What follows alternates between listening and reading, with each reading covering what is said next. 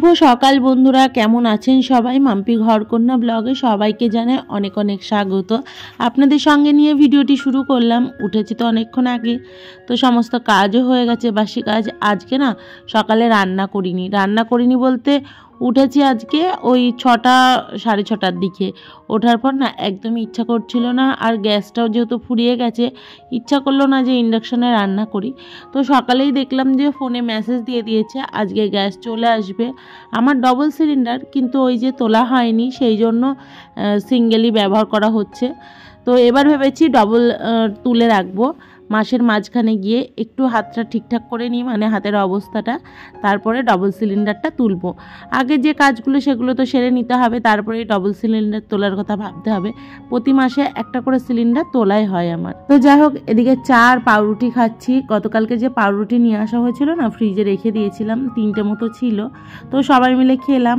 আর আজকে সকালে তো রান্না করিনি, তাই সুকান্তকে একটুখানি বললাম বাইরে খেয়ে নিও, আর আজকে তাড়াতাড়িও চলে আসবে। সকালে রান্না না করলে বাবুর মুখ হয়ে যায় একটু ভারী, তো ভারী হলেও কিছু করার নেই। আর আমারও না মাঝে মাঝে মনে হয় একটু রেস্ট নিই, প্রত্যেক দিনই তো সকালে উঠি। তো যাই হোক, এদিকে গ্যাসটা ফুরিয়ে গেছে দেখে ভাবলাম কি গ্যাসের সিলিন্ডারটা বাইরে রেখে দিই, উনি তো আসবে গ্যাসটা দিতে, তখন ওনাকে দিয়ে ওই ভরা সিলিন্ডারটা ঠিক করে সেট করে নেবো। আর আমিও পারি, কিন্তু উনি যখন আসবে তখন ওনাকে দিয়েই লাগিয়ে নেবো। আর ভরা সিলিন্ডার না তুলতে আমার একটু মানে মাজায় কষ্টই হয়, তবুও সিলিন্ডার আমি তুলেছিলাম। পরে গিয়ে ভীষণ মাজায় ব্যথা, মানে আজকে সরস্বতী পূজা, আজকে মনে হয় না বেরোতে পারবো, ভীষণ মাজায় ব্যথা করছে, আজকে ভিডিও করিনি। তো এদিকে দেখুন, ভাবলাম কি উনি তো এখন আসছে না, তো এই দিকের কর্নারটা না গোছানো হয়নি অনেক দিন হলো। ভিতরটা ঝাঁটও দেওয়া হয় না, কেননা প্রতিদিন তো আর বার করে করে ঝাঁট দেওয়া যায় না। এখানে প্রচুর বাসন রয়েছে, আর এর ভিতরেও বাসন রয়েছে, এই বালতিগুলোর ভিতরে। দেখুন, আমি দেখছি যে নতুন কোনো বাসন বার করা যায় কি না, তো দেখলাম যে না থাক, আর বার করবো না। এমনি অনেক বাসন বাইরে রয়েছে, ওই যে গামলার মধ্যে রয়েছে, তারপরে আমার ক্যামেরার পিছনেও রয়েছে অনেকগুলো বাসন। তো সেই জন্য ভাবলাম আজকের বাসন কোনো কিছু সেরকম বার করার নেই, আর মনে হয় যখন যেমন তখন বার করেই ব্যবহার করি। তো এই কর্নারটা পরিষ্কার করতে হবে। আর রান্নাঘরে আমি টুকটুক করে কাজকর্মগুলো এইভাবেই করি, মানে সবগুলো একসঙ্গে করলে না মানে সময় চলে যায়, দেখে মনে হচ্ছে এইটুকু জায়গার মধ্যে রান্না করি, কিন্তু যখন জিনিসপত্র সব নামাই তখন মনে হয় কত কাজ, আর এই সব জিনিস পরিষ্কার করতে গিয়ে গোছাতে গিয়ে অনেক সময় লেগে যায়। তো যাক, কর্নার থেকে বার করে 2টো বালতি ছিল, একটা লাল রঙের বালতি আর একটা এমনি রঙের বালতি, ওগুলোর মধ্যে সবগুলোতে বাসন রয়েছে, ওটা আবার এদিকে রেখে দিলাম। আর এই দেখুন ভরা সিলিন্ডারও চলে এসেছে। এটা আমি উনি তো লাগিয়ে দিয়েছে, কিন্তু ওটার ওপরে তুলে দিয়ে যায়নি, ওটার ওপর তুলেছি।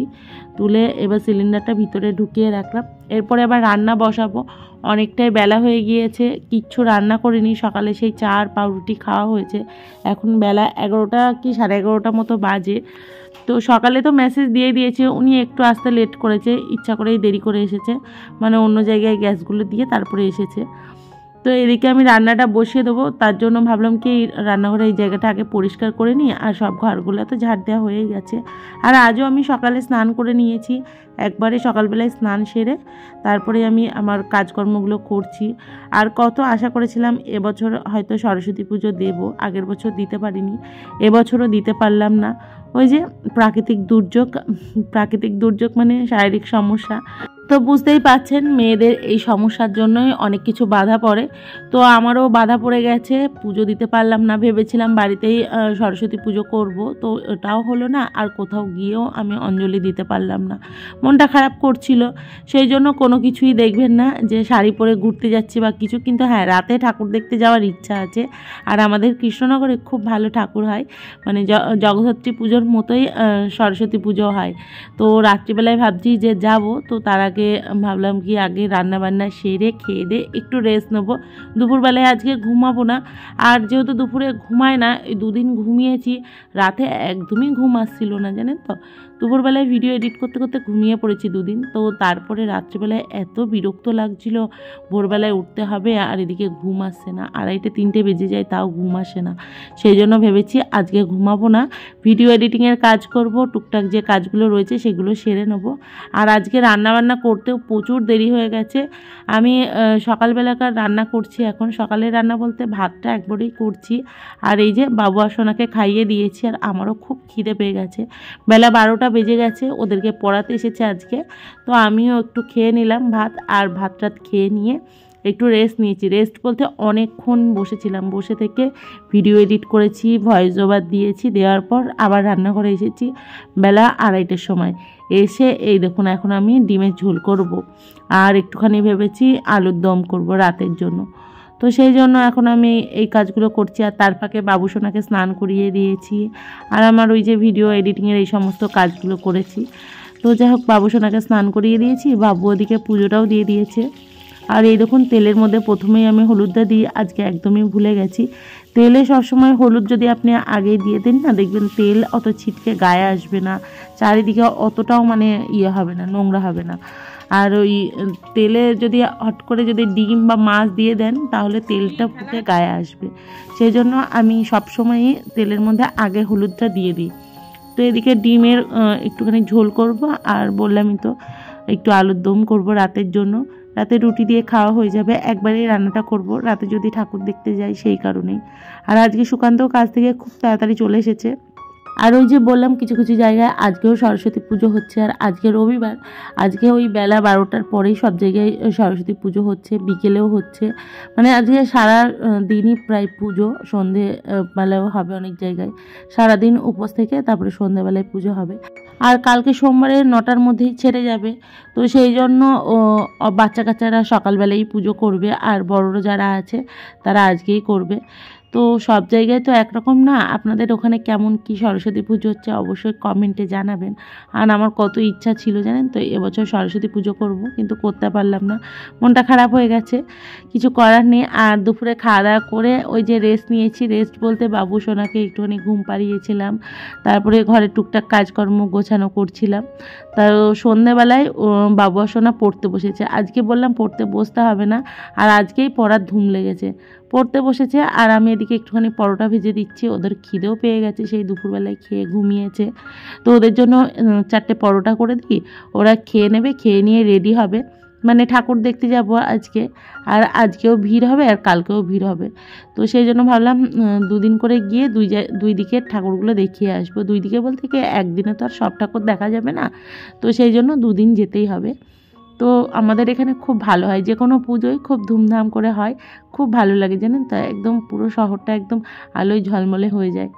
তো আপনারা কাছে পিঠে যারা আছেন অবশ্যই সরস্বতী পুজো দেখতে চলে আসবেন। আর বাড়ির থেকে বেরোনোর আগে বাবু আর সোনাকে সবসময় কিছু না কিছু খাইয়েই নিয়ে যায়।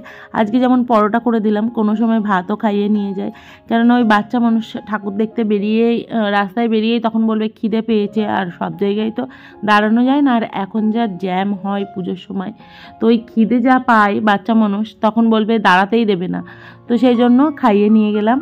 আর আমরা রেডি হলাম, ততক্ষণে রেডিও হয়েছি, আধা ঘন্টা সময় লেগেছে, আধা ঘন্টা 1 ঘন্টা মতো রেডি হয়ে আমরা বেরিয়েছি, এখন 8টা বাজে।